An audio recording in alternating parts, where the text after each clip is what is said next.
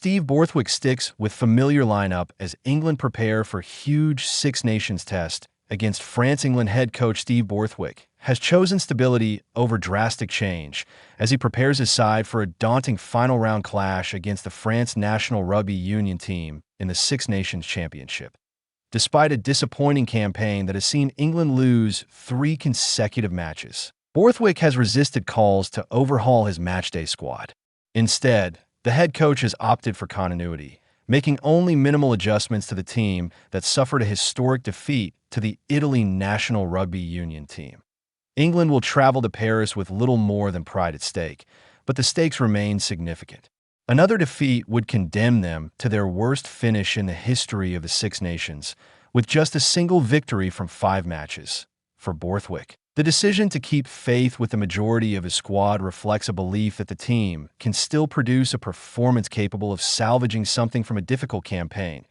England, looking to avoid historic low, the pressure surrounding England has intensified dramatically over the past month.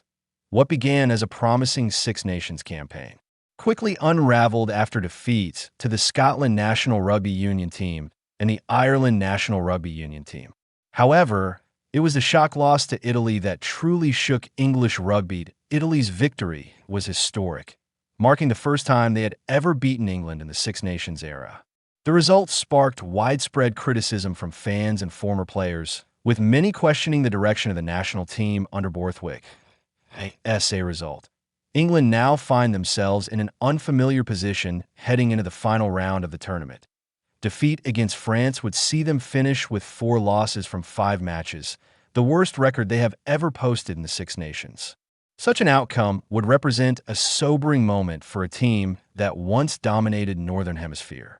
Rugby. Borthwick prioritizes cohesion despite the growing pressure. Borthwick has chosen not to react with sweeping changes. Instead, the England head coach has emphasized the importance of maintaining cohesion within the squad. His only change to the starting 15 sees Ollie Chessum move into the back row as the blindside flanker. Chessum replaces injured flanker Tom Curry and will make his first start in the position for England since a previous meeting with France 2 years ago. The shift also prompts a positional adjustment for Guy Pepper, who moves across to the open side flank.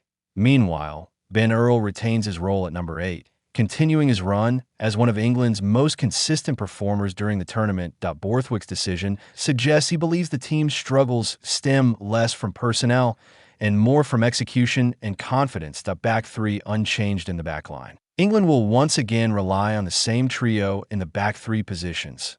Elliot Daly continues at fullback, bringing experience and versatility to the role that he will be joined on the wings by Tom Roebuck and Cadan Murley, both of whom have been given extended opportunities during the tournament.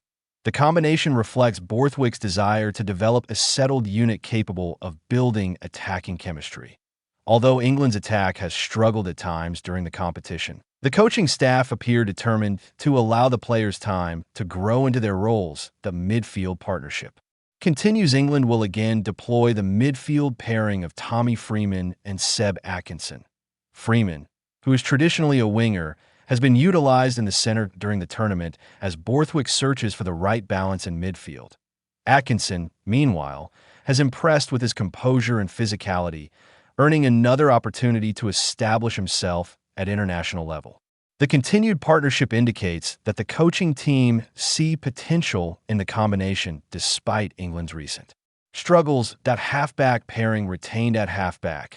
Borthwick has again entrusted the creative responsibilities to Finn Smith and Ben Spencer. The duo have formed England's primary playmaking partnership during the latter stages of the tournament. Smith, known for his tactical kicking and game management, will once again guide England's attacking structure from fly half. Spencer provides experience and composure at scrum half, while also offering a strong kicking option. Despite criticism of England's attacking play in recent matches, Borthwick has chosen to persist with the pairing, suggesting he believes they can still unlock the team's attacking potential. The strength in the pack. England's forward pack remains largely unchanged, reflecting Borthwick's background as a forward specialist. In the second row, Captain Maro Itoje continues alongside Alex Coles. Itoje's leadership has been crucial throughout the tournament. Even as results have failed to go England's way, Coles, meanwhile, has provided physical presence and work rate in the engine room. The front row will consist of Joe Hayes at tight head prop, Jamie George at hooker, and Ellis Genge at loose head. Together, the trio bring a blend of power and experience that England will need against a formidable French pack. A heavy bench. Once again, England will again deploy a 6-2 split on the bench, with 6 forwards and 2 backs among the replacements. The forward replacements include Luke Cowan-Dickey, Bevan Rodd, Trevor Davison, Chandler Cunningham-South, Sam Underhill, and Henry Pollock. This approach reflects Borthwick's desire to maintain physical intensity in the closing stages of the match. The 2 backs on the bench are Jack van Poortvliet and Marcus Smith. Both players offer attacking spark and tactical flexibility should England need to change their approach during the match. Milestone caps for Underhill and Smith. The match in Paris will also mark significant milestones for 2 England players. Both Underhill and Marcus Smith are set to earn their 50th international caps. Reaching half a century of appearances for England is considered a major achievement and a testament to consistency at the highest level. Borthwick was quick to praise both players ahead of the match. He highlighted their dedication and the hard work they have put in throughout their international careers. The head coach also acknowledged the support networks that have helped them reach this landmark moment. Borthwick, relishing the rivalry despite England's difficult campaign, Borthwick emphasized the significance of the upcoming match, that he described the clash between England and France as one of the greatest rivalries in international rugby. Matches between the 2 nations have historically produced memorable moments, dramatic finishes, and intense physical battles. Playing under the lights in Paris will only add to the spectacle.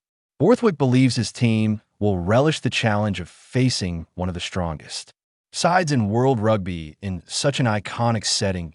A daunting challenge in Paris. The match will take place at the famous Stade de France, one of the most iconic stadiums in international rugby. The kickoff is scheduled for 21:10 local time on Saturday evening, ensuring a vibrant atmosphere inside the stadium.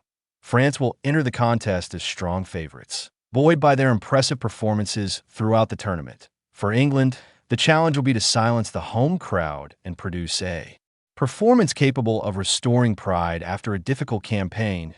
Experienced officiating team. The match will be overseen by Georgian referee Nika Amashukali, who has become a regular presence in major international fixtures.